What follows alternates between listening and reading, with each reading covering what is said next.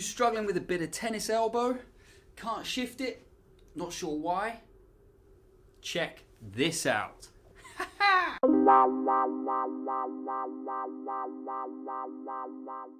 How we doing, folks? I'm Rob White and this is Challenge Physio, and before we get into tennis elbow, lateral epicondylitis, take a moment, if you haven't already, please subscribe to the channel, click on the bell for all those notifications of the newest videos as they are released, and obviously share the wealth of the knowledge. If you know someone else that is struggling with the same problems, please send over the video links, help them out so they can help themselves.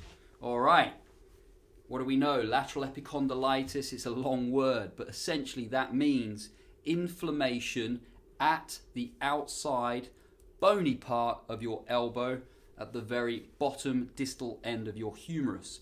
This bony point here that we have on the outside of the arm is the origin of four really important muscles that run the length of your forearm into your wrist and your hand and allow your hand to function in certain ways. Obviously, for it to become so commonly irritated, the function that these muscles do relates to a lot of the way that we use our hands. And yes, I know I go on about this all the time, but we are using the hands and those particular muscles far more than we ever used to because of the wonderful technology, the very thing you're probably holding right now to watch this video.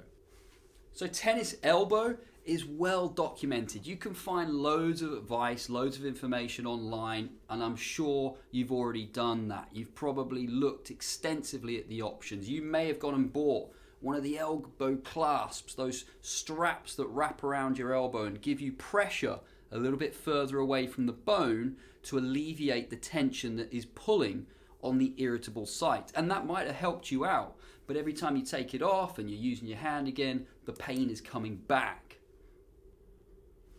You may also have read that doing some friction massage, rubbing on those tendons that are already inflamed, is going to help to shift the inflammation.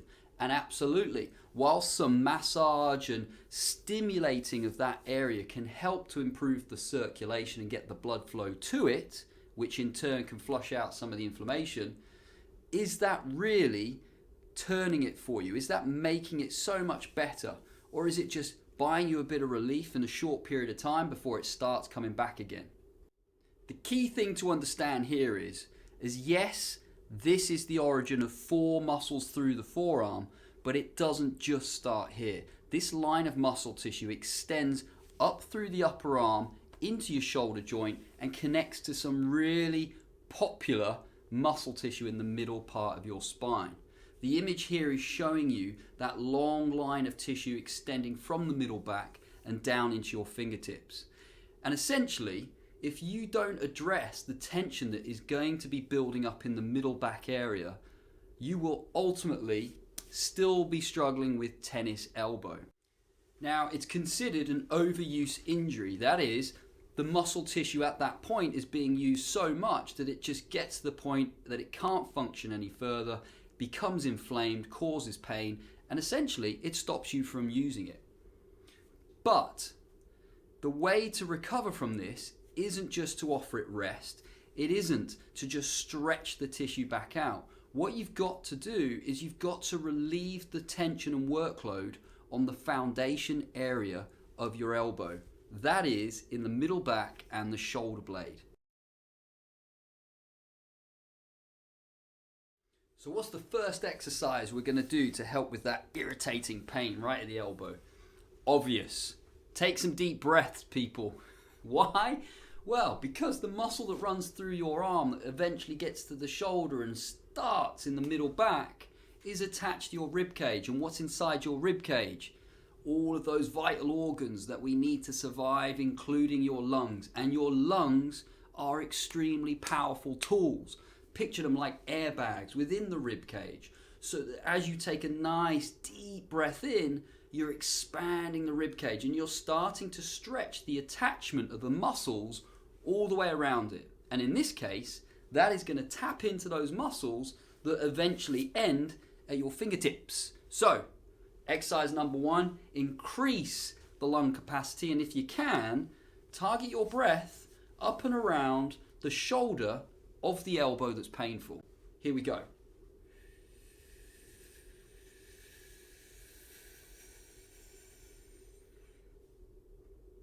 Hold the breath at the top. Feel the expansion in the area that you're aiming for. And then breathe out. Repeat this. And really, there's no reason why you couldn't do this as often as possible throughout the day on its own, aside from all the other exercises. Good breath expansion into the rib cage is only going to help you. And the reality is, I bet if you stop and have a look at the side that's painful, most of the day you're probably spending leaning into it. Is your rib cage collapsed under your arm? Get it open with a breath. Boom! Ha ha! Exercise number 2 for the elbow. Except it's not the elbow. We're still up top. We're in the shoulder now. We've taken a breath. We've opened the rib cage. Now we need that shoulder girdle to release. There's a couple of things you can try here, but the concept is very much the same. We need that shoulder tissue to loosen up. I love the shoulder rolls. This is a lift up of the shoulder girdle, lifting the collarbone, rotating your shoulder blade around the rib cage and getting that whole area to free up. This is a great exercise to do, not just for tennis elbow, but for overall mobility of the area that is most likely to get wound up throughout the day. How often do you do this? As often as you can, whenever you can. You could do it again in isolation to the other stretches for your elbow, but trust me, doing this is going to free up that discomfort in the elbow. Up and back, up and back, up and back, up and back. Exercise number 3, and we're getting a little bit closer. We're still in the shoulder, to be fair. And again, this muscle will become very, very tight with the way that we use our body. And we are looking at some of the deep muscle tissue off the chest and into your shoulder, better known as your pecs. Now, this is going to be quite sore. Bear that in mind. Don't jump into it. Ease your body into it. We're softening this down, a little bit of soft lighting for the occasion. We're going to place the elbow and the forearm on the wall. We're taking the body away from that contact point on the elbow and just gently rotating it, twisting it away so that you feel the stretch across the front of the shoulder. Now, it's likely as you rotate into this position, you will get to a point where it feels tight and burns. The thing to bear in mind is we want to get breath back up in here. And if you're in a position tensing the tissue, stretching it, and you can't breathe in, you've gone too far. So this is how you check. Go into the stretch, feel the discomfort, breathe as deep as you can into the shoulder area. Catching you out? Too much. Ease your body back slightly, away from that stretch. Turn a little bit more towards the wall. Try it again in this position. Take that breath in. More breath capable. Top of your breath, you can feel the tension. You might feel that burn. Hold it in that position with your breath for about 3 to 4 seconds and then breathe out. Now, as you repeat this, naturally, you should be able to turn more into the stretch and still achieve a good breath in.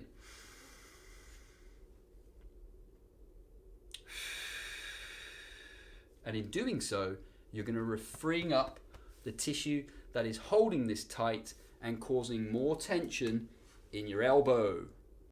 Exercise number 4, and we are finally down at the very site of the problem at the elbow, and this time a little bit of a combination. We are going to rub the local area, which I'm sure you are used to doing because it's instinctive. If something hurts, we know to rub it better, and it does work. How? It's getting blood flow to that area. You're encouraging local circulation to bring in the cells to help with the problem and just to make it feel better with a little bit of local heat. So you're rubbing it first, stimulate it for a few seconds, 10, 15, to be honest, however much time you've got time to commit to it. Even if you can only do 5 seconds, that's great.